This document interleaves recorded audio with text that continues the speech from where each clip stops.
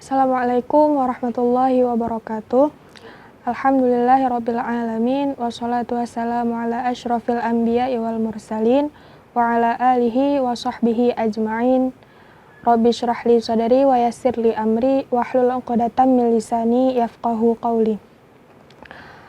Jadi pada kesempatan ini saya akan sedikit mencoba menjelaskan tentang hukum, yaitu bagaimana jika seorang perempuan sudah selesai masa haidnya sebelum fajar, tetapi si perempuan ini baru mandi wajib setelah masuk waktu subuh.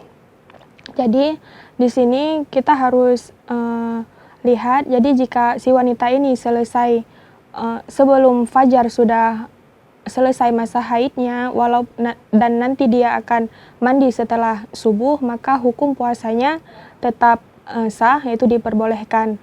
Baru tidak diperbolehkan apabila si perempuan ini selesai masa haidnya ketika masuk waktu subuh. Itu yang masih dalam keadaan haid, maka tidak diperbolehkan. Jadi intinya hukum perempuan yang selesai haidnya ketika sebelum fajar dan mandinya sesudah fajar, hukum puasanya tetap sah.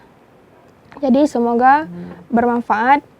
Wabillahi taufiq wal hidayah. Assalamualaikum warahmatullahi wabarakatuh.